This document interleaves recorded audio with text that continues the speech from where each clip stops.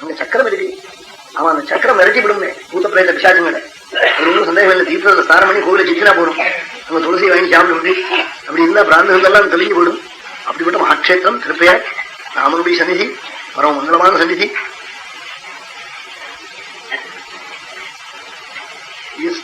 Venus picture சொந்தக்காரர் ST லட்சுமணிங்கிறவர் அந்த நவாக வச்சு நடக்கணும்னு போய் பார்த்துட்டு வாட்டையெல்லாம் சொல்லிட்டு போனா, நம்ம பாலாமி வாழ் குடும்பத்து புத்திராட்டையெல்லாம் இங்க வந்து நடத்தணும். வெளியில அவ பேசிட்டு இருக்காங்க. மேய்ச்சாந்தி உள்ள சொல்றாரா இது மாதிரி அவன் இங்க வந்து ராமாயண நவாக சொல்லணும்னு.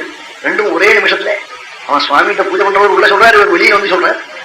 அப்படி இங்க வச்சு நடத்தணும். பஸ் எல்லாம் அரேஞ்ச்மெண்ட் பண்ணி ஏப்ரல் மே மாசத்துல அப்படி நடத்தணும்னு அவர் சொன்னாரா மத்திரமையர். அப்ப உள்ள இவா சொல்லிட்டு இருக்காங்க, இது பகவான் ஒப்புத்துக்கிட்டு நடத்துறேன்னு சொல்றா போல இருக்கு. அப்படி தெய்வத்தினுடைய பெருமையெல்லாம் நாம் போய் பார்த்தாத்தான் தெரியும். அடிக்கடி தேவ ஆலயங்கள்ல போய் தரிசனம் பண்ணணும், நமஸ்காரம் பண்ணணும். முக்கியம் ஒரு நியமம் வச்சுக்கணும். எத்தனை காரியம் இருந்தாலும் ஏதாவது ஒரு சிவ தரிசனம் ஒரு விஷ்ணு தரிசனம் பண்ணித்தான் விடுறது. அப்படி ஒரு நியமத்தை வச்சிருந்து போய் பிரதட்சணம் பண்ணி நமஸ்காரம் பண்ணணும். கோயில போய் ரொம்ப அடக்கப்படாது. அவன் கோயிலுக்கு போறது வேலை அழிக்க போறது, கையை போத்துன்னு போறது, அங்க போய் ரொம்ப அடக்கிறது. அது என்ன வாக்கு போறதுக்காக வச்ச இடமாது. அது இத்தனையோ இதெல்லாம் இருக்கு. அங்க போய் எத்தனையோ கரும்பு எல்லாம் இருக்கு. சிந்தாபுரம் அங்க என்ன போகணும்? கோயில போனா பேசவே கூடாதுன்னு போயிட்டேன்.